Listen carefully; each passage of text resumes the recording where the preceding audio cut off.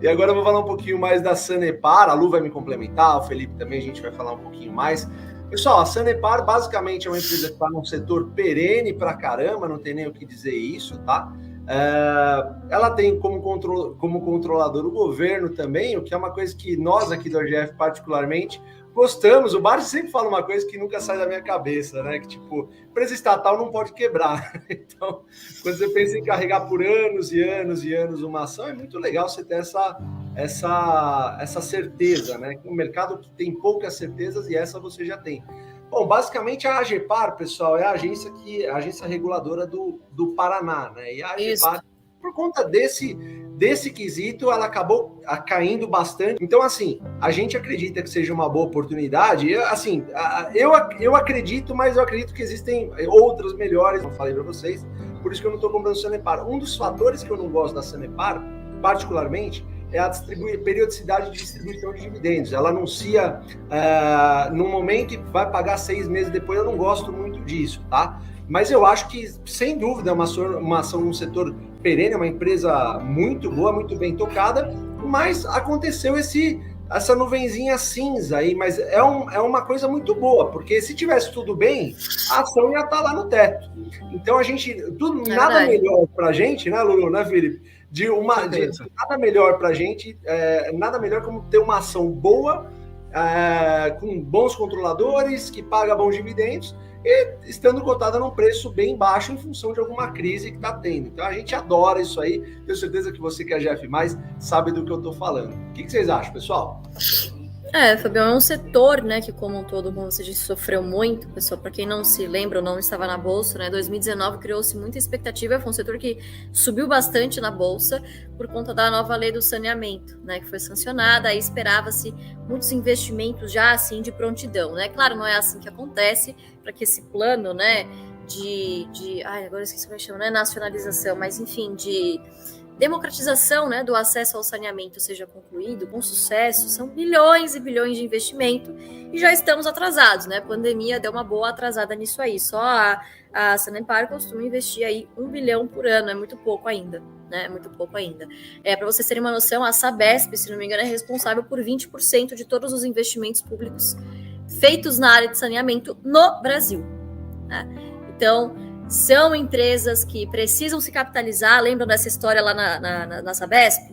Precisam se capitalizar, a gente precisa voltar a olhar para esse setor com mais carinho, porque realmente tem muito crescimento aqui a ser destravado. Mas precisa tirar um pouquinho dessa incerteza, agora com taxa de juros subindo, não sei, mas no ponto de vista de dividendos, continua sendo um negócio extremamente rentável. Por que eu digo isso, né? Um indicador que a gente gosta muito de olhar, pessoal, é o poder de transformação do EBITDA em caixa. O que é o EBITDA? Né? Nada mais é do que um indicador operacional. Basicamente, ali é o potencial gerador de caixa. O dela, se não me engano, está em 68%, ou seja, quase 70% do que ela produz e vira EBITDA, vira caixa. Tá? Ou seja, ela consegue, claro, tem dívidas também, mais dívidas, não estou falando de dívidas, só geração de caixa operacional, ela consegue reinvestir e consegue distribuir bons dividendos para os seus acionistas, né? Eu, particularmente, tenho o Sanepar na carteira. Por que eu optei? Eu tenho o Sanepar e tenho o Sabesp. Se fôssemos olhar só dividendos, eu acho que Copasa seria melhor. Pela aquela questão de Copasa pagar trimestral, agora acabou de destravar aquele negocinho que ela tem aquela cláusula que ela tem na política de dividendos, né, pessoal? De que se tiver desalavancada, vai pagar acho que 65% de payout, mesma coisa da Copel, né? Então, assim, se fosse só por essa ótica, Copasa. Mas se a gente for olhar também por uma outra ótica de qualidade dos ativos, né, gestão também da AGEPAR, que costuma dar uma engasgada e depois solta um caminhão aí de atualização, né, Fabião? Não sei, eu acabei optando por fazer posição na Sanepar, por ela ter um valor nominal muito baixinho e eu consegui comprar muitas ações da Sanepar, tá? Então foi a opção que eu fiz. Meu médio está em mais ou menos 3,70, estou bem confortável com o papel. E é isso aí, né? A única coisa é que anuncia 2 vezes, paga uma vez, demora pra caramba, né? Um saco isso daí. Isso é ruim. E, pessoal, eu queria lembrar uma coisa, né? A gente está falando de um setor que talvez seja um dos setores brasileiros que vão apresentar a maior oportunidade de investimentos dos próximos anos. A gente teve a aprovação do Marco do Saneamento, que promete transformar absolutamente essa área de tratamento de água e esgoto no Brasil, universalizar serviços universalizar em determinadas localidades. E assim, hoje quando a gente fala de saneamento, a gente está falando de Itaúsa também, né? Muito bom lembrar isso. Então, a Itaúsa que ganhou como se diz, ela acabou investindo na Egea, né?